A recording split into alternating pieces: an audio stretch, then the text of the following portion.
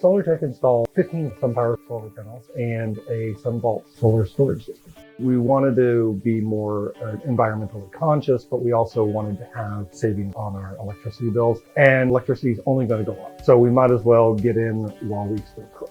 Our SDGE bill dropped dramatically because we're pretty much not using anything from the grid. The app was a big selling point for us because we wanted to be able to monitor the entire system. So all I have to do is go click on one app and it will bring up what's going on right now. And right now, according to this, the sun is powering all the use that we're using in the house. And right now we're mainly charging our battery.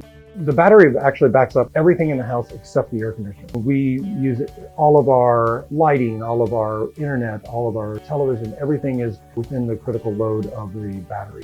We went with SunPower because we, one, like the idea of an all-inclusive system, that the panels, the inverters, and the battery were one company. Because SunPower backs everything, and everything is included in one warranty, we felt much more comfortable with this. We refer to it as a concierge level of dealing with solar. The same reason why we went with SolarTech is because you guys were doing everything.